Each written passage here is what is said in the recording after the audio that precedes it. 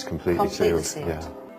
The team are among the best in their field, but even for them, the task would probably be impossible, except for one thing. 2 years ago, for conservation purposes, the museum had the mummy CT scanned. Computed axial tomography is an advanced form of the conventional X-ray. Instead of revealing the outline of bones and organs, the CT scan forms a full three-dimensional computer model of the human body. This medical blueprint of the lady will allow the team to analyze specific areas of the body in great detail. In order to find out more about the lady, the team need to establish what she looked like in life. Taking the data from the CT scan, her computerized reconstruction model will reveal this woman's face for the first time in thousands of years. Symbolic damage was done to the inscription on the lady's coffin. The team now needs to establish whether any physical harm was done to her body.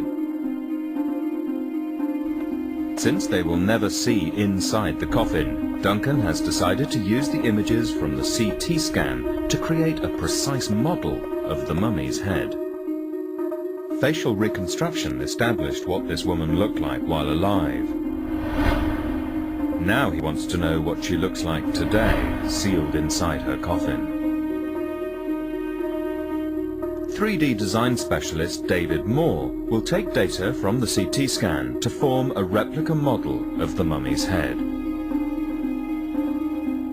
Commonly known as rapid prototyping, this state-of-the-art technique will allow the team to turn the digital data into a 3D physical reality.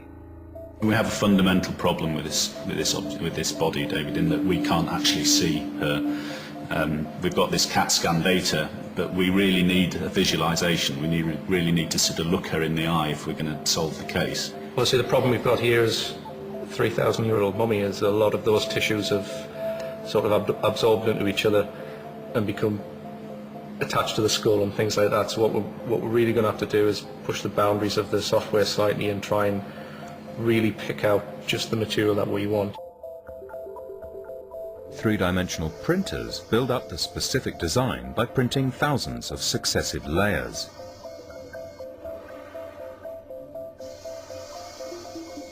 The model is then created by alternating layers of glue and chalk powder.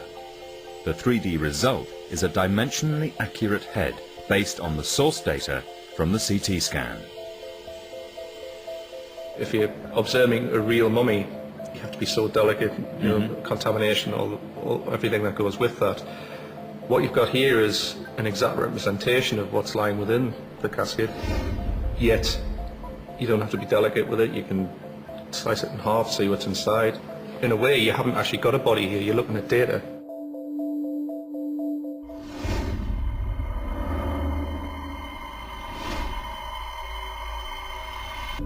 Meanwhile, the 3D visualization of the mummy is almost ready.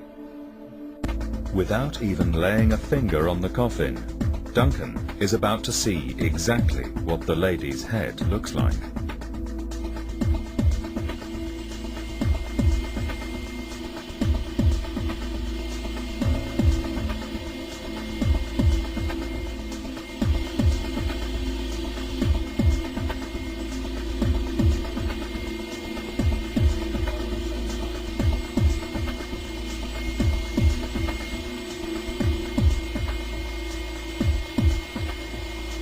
The model's fantastic, isn't it? This is one-to-one scale data, so you're not reduced or changed in any way the dimensions. So she has a very delicate, small head, doesn't she? It's incredible to be looking into her face. I wonder who the last person she was looking at was.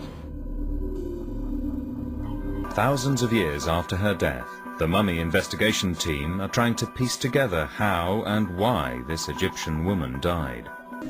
So we've had a good step forward as well with the data from the cloud mapping, from the point cloud data that we've derived from the CT scan. And this is going to be the only chance I think we get to look at her in real life. And here she is. A good embalmer would have preserved facial features to an incredibly high standard. But the 3D model has revealed the opposite.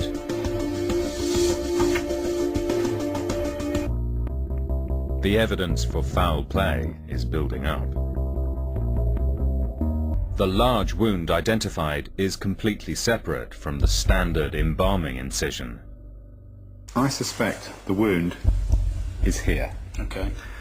And this extends, if a knife were placed through the abdomen, it would have gone through this small bowel here, large bowel here, maybe even into the liver here and the large vessels at the back of the abdomen. I think I'll go further than that. I think this is an assassination. I think the site of the wound tells us and the size of the wound. The team now need to work out why someone would have wanted to kill the lady. From the start of the investigation, the team had no access to the mummy or interior of the coffin, so the finding of these linen samples is a huge breakthrough. It's these linen wrappings that Stephen is analysing for their chemical fingerprint. The GCMS test has not only identified that relatively cheap materials were used in this embalming, but also that the materials used had been severely overheated. This correlates with the results from the three-dimensional print of the mummy's head, displaying large amounts of decomposition, also indicating an incompetent and rushed embalming. This is highly suspicious, as the mummification of members of Egyptian high society was a precise and delicate art.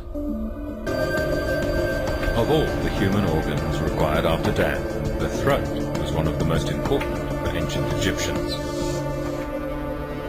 According to their belief system, the deceased had to be able to speak his or her own name to the god Osiris, lord of the afterlife, to then be judged upon entry into the eternal paradise for the soul. In the eyes of ancient Egyptians, removal of the throat during mummification would prevent this sacred ritual from taking place. Why take out the throat, the voice box, the very organs that are required, we know, to breathe again in the next world, to speak your name in the next world? No. When she's there before the gods, she physically cannot speak her name before them. She can't identify herself. The cartonnage can't identify her. So it does give me some cause for concern, I think.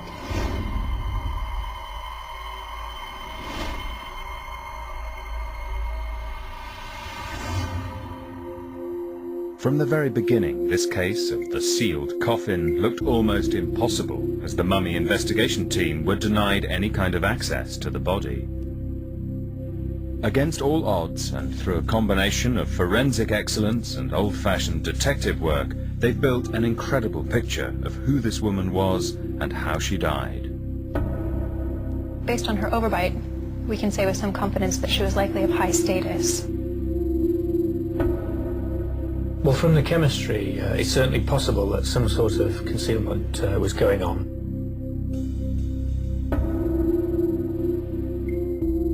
I'll go further than that. I think this is an assassination.